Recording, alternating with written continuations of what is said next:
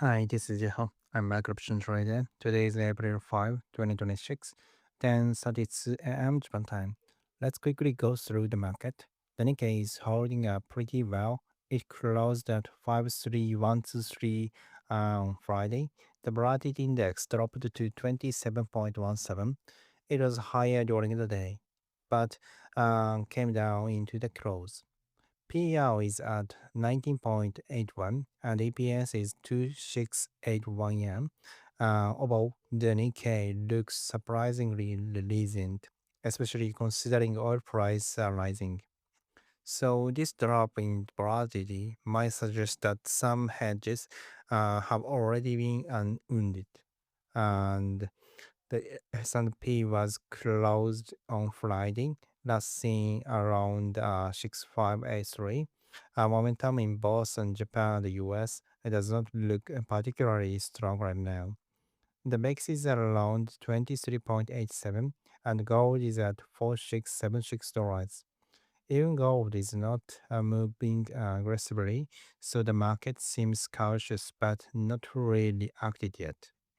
Now, the key question is this, will we see a ground war or not? Let me show my view. The Strait of Hormuz is a critical choke point in the global oil supply chain. If it gets blocked, countries like Japan and Europe will face serious supply issues that would likely trigger the cost-push inflation globally. But from the US perspective, it's a very different story. The US has shared energy, domestic food supply, and a leading technology. So even if farms is disrupted, the US can still function relatively well. And we have already seen Trump pushing the idea that Japan should buy US shale instead of the Eastern oil. So, in the sense, the disruption actually increased U.S. exports. If we go back to the core principle, Trump is all about American first. So, if a Hormuz disruption make the U.S. relatively stronger, then the pro- prolonged conflict becomes a visible strategic options. There's another layer here. As AI continues to grow, energy become even more critical. Right now, a large portion of energy resources are concentrated in the Middle East. So naturally, some investors and companies have been shifting attention to other regions. But once the geopolitical risk rise, the narrative flips, and people start asking, is it really safe to invest there? And when that happens, capital starts to pour out. So where does the capital go? Most likely to countries that can operate independently, energy and food and technology all in one place. That brings US back to the US.